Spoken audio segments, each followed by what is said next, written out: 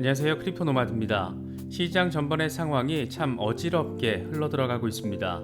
요즘 같은 때는 탄탄한 경험이 없는 경우라면 겁먹고 나가 떨어지거나 투자의 영역에 괜히 들어온 것 아닌가, 이런 회의감을 갖기에도 충분한 것 같습니다.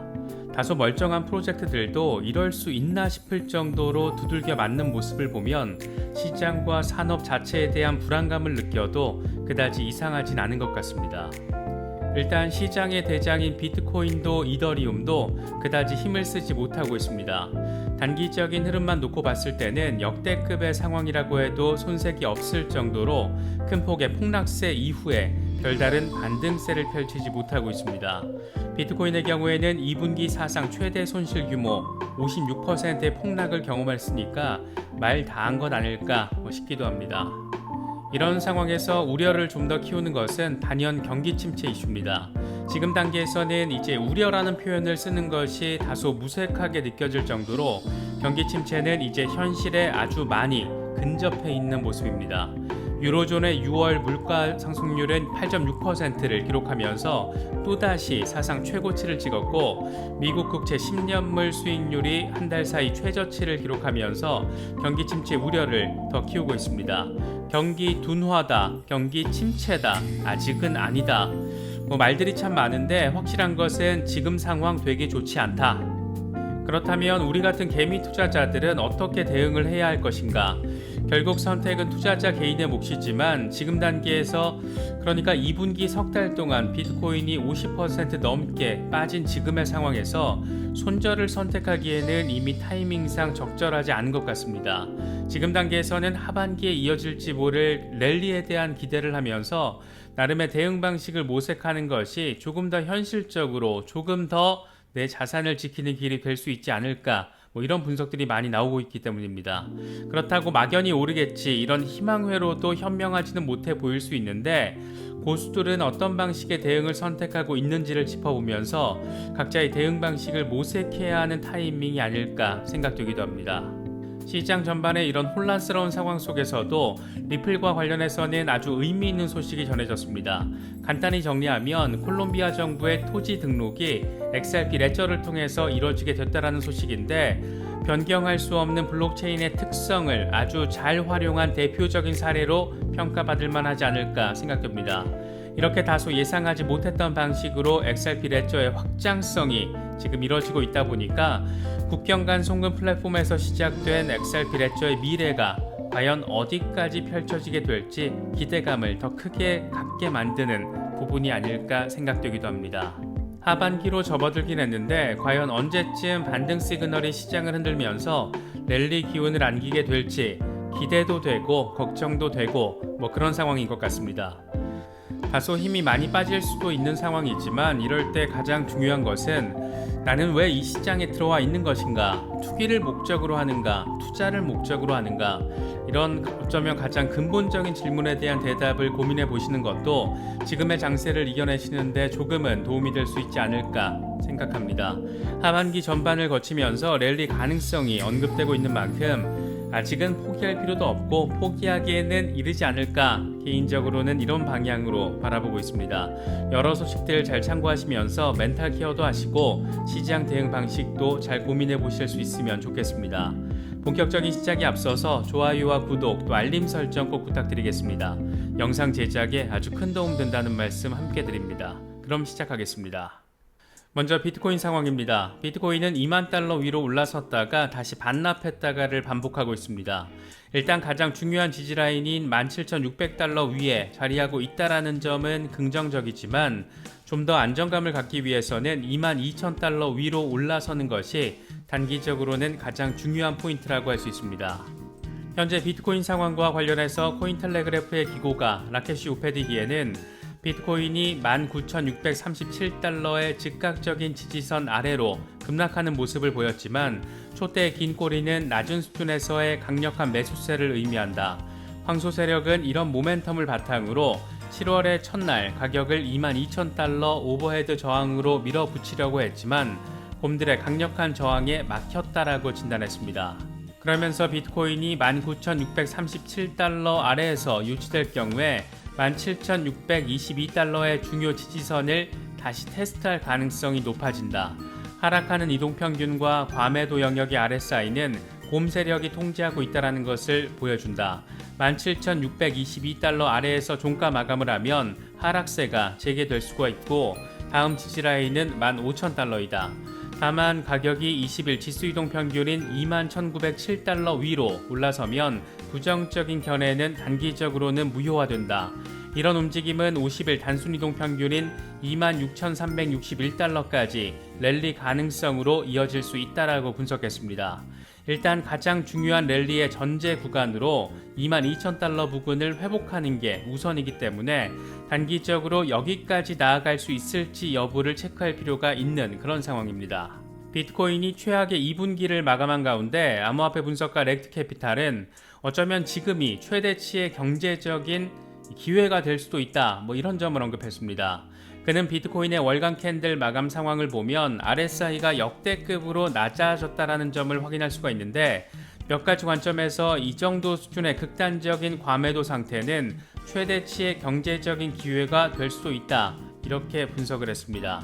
과매도 상황이 역대급으로 심각하다는 점이 차트적으로 확인이 된 만큼 지금 단계에서 매수를 할 경우에 나름 적절한 매수 포인트가 될 수도 있다, 이런 얘기를 지금 하고 있는 겁니다.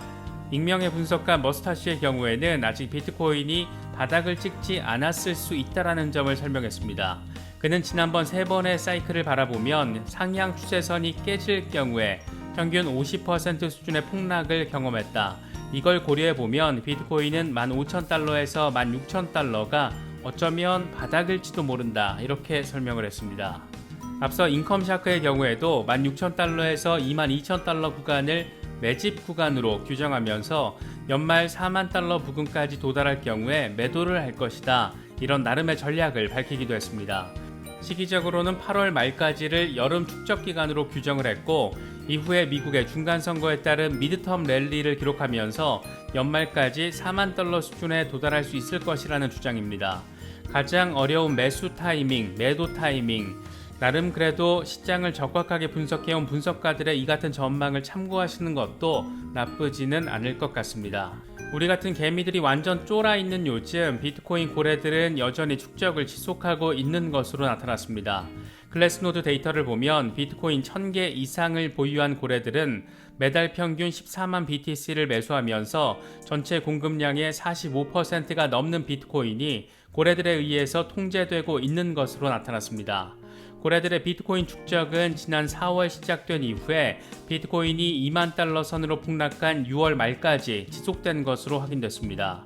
이와 관련해서 유투데이는 이처럼 전체 공급량 가운데 고래들이 차지하는 비중이 커지면서 시장에 대한 영향력이 강해지는 상황을 좋은 신호로 보기는 어렵다, 이렇게 지적하기도 했습니다.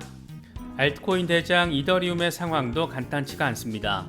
이더리움의 흐름과 관련해서 라케시 우페드기에는 이더리움이 6월 30일 1,050달러 아래로 떨어졌지만 황소 세력은 하락세에서 매수를 단행했고 이를 통해서 회복을 시도했지만 곰 세력이 랠리에서 매도를 하면서 저항에 직면했다라고 진단했습니다. 그러면서 곰 세력은 가격을 심리적 수준인 1,000달러 아래로 낮추려고 할 것이다. 이게 성공하면 매도 모멘텀이 생길 수 있고 이후에 881달러의 중요 지지라인까지 후퇴할 수가 있다. 여기서 무너지면 하락세를 재개할 수 있고 다음 지지라인은 681달러이다. 반면 1000달러에서 반등할 경우에 황소 세력은 20일 지수이동 평균 위로의 반등을 시도할 수가 있고 1280달러 위에서 종가 마감을 할 경우 강세 모멘텀이 발생할 수 있다, 이렇게 전망을 했습니다. 사실 단기적인 시세 흐름은 보는 사람 현기증 나게 만들긴 하지만 중장기적인 관점에서 보면 꽤 의미 있는 호재성 소식도 더해졌습니다. 메타가 페이스북 선별 이용자들을 대상으로 NFT 테스트를 시작했는데 이게 이더리움과 폴리곤 기반으로 진행되고 있기 때문입니다. 메타 측은 프로필 페이지에서 NFT를 보여줄 수 있는 디지털 수집품 탭을 포함해서 업데이트된 기능을 소개하는 스크린샷을 공개하기도 했습니다. 이미 메타는 지난 5월 인스타그램에서 NFT 통합 테스트를 진행했고 당시 저커버그는 전 세계 더 많은 크리에이터들이 인스타그램에서 그들의 NFT를 보여줄 수 있도록 우리는 테스트를 확대하고 있다라고 밝히기도 했습니다. 이더리움과 폴리곤 기반의 NFT가 세계 최대 SNS 플랫폼에서 정식 기능으로 장착된다는 것은 추후 이들에 대한 매매 기능까지 등장할 수 있다는 것을 의미하기 때문에 웹3 시대가 본격화하면 할수록 이런 부분에 대한 주목도 역시 더 커질 수밖에 없을 것으로 보입니다. 특히 페이스북이 메타로 이름을 바꿔가면서 디지털 자산을 하나둘 플랫폼에 장착하는 과정으로 바라볼 수도 있는 만큼 메타가 향후 구축할 거대한 메타버스 세계에서 이더리움 기반의 NFT가 어떤 역할을 하게 될지 여러 생각거리를 안기는 부분이기도 합니다. 재밌는 것은 이것과 비슷한 움직임이 국내에서도 포착되고 있다는 겁니다. 카카오가 카카오톡 이용자들이 보유하고 있는 NFT를 연동할 수 있는 기능을 도입하는 방안 추진하고 있는 것으로 전해졌습니다. 이건 카카오의 클레이튼 월렛과 카카오톡을 연계시킨다는 것을 의미하는 것으로 추후 카카오톡을 비롯한 카카오 생태계의 여러 포지션에 NFT를 비롯한 디지털 자산이 생태계를 구성하는 주요 재료가 될 수 있다는 점을 생각하게 만들 수 있는 그런 부분이기도 합니다.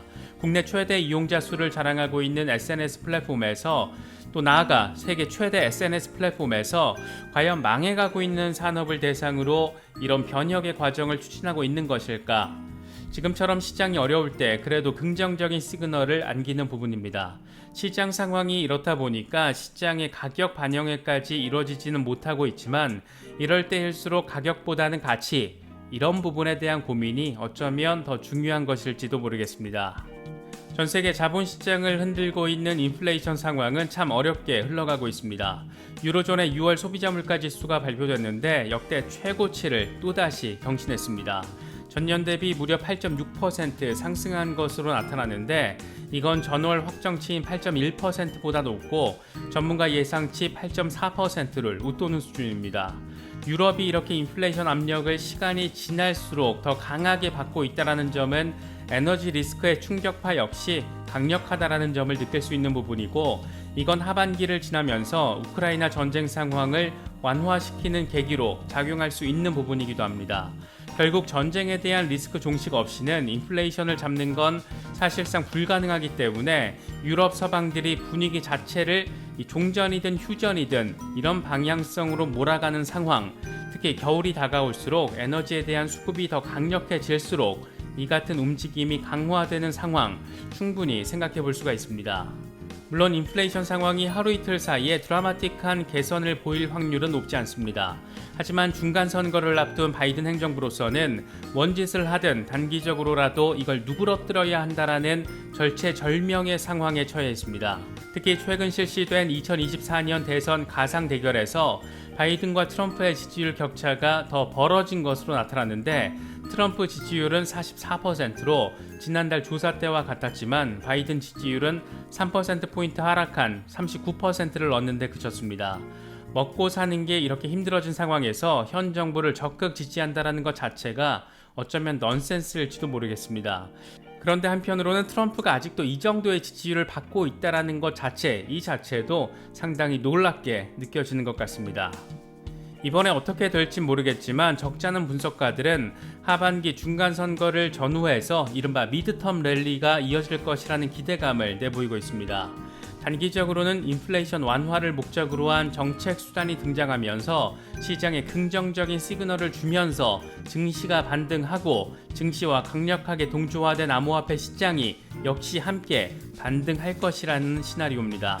익명의 분석가 인컴샤크의 경우에는 비트코인이 올해 연말까지 대략 4만 달러 부근까지 미드텀 랠리의 효과를 볼 수 있을 것이라는 분석을 지속적으로 강조하고 있는데 개인적으로도 미드텀 랠리는 분명 의미 있는 수준으로 이루어질 수 있을 것 같기는 한데 그럼 지난해 매수에서 역대급 마이너스를 기록하고 있는 포트폴리오의 종목들을 어떻게 대응해야 할 것인가 이런 고민이 남게 되는 것 같습니다.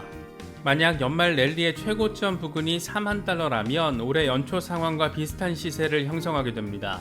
그러니까 4만 달러 비트코인 가격과 이 시점에서의 알트코인 가격을 염두에 두면서 올해 하반기 랠리에 따른 내 포트폴리오의 상황을 점검해 볼 수가 있습니다.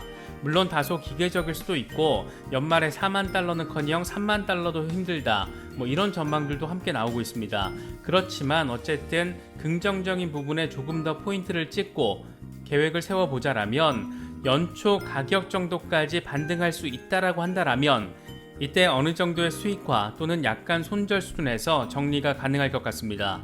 다만 지난해 고점 부근에서 매수한 종목들은 수익화 부근까지는 그 근처까지 가지 못할 가능성이 존재하는데, 이런 종목들은 아예 1, 2년 정도 더 묵히거나 아니면 올해 연말 탈출을 목표로 추가 매수를 단행해서 평단가를 낮추거나, 이도저도 아니겠으면 지금 손절을 하거나 이 정도로 시나리오를 나눠서 살펴볼 수 있을 것 같습니다.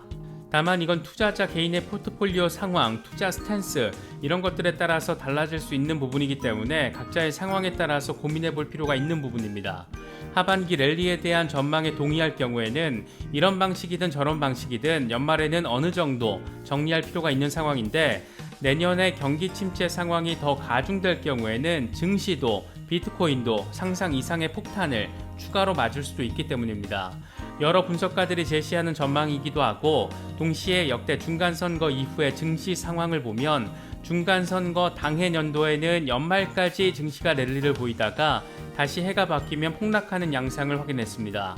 더욱이 내년의 경우에는 지금 역대급 경기 침체가 우려되는 상황이기 때문에 이 폭이 더 커질 가능성도 충분히 존재합니다.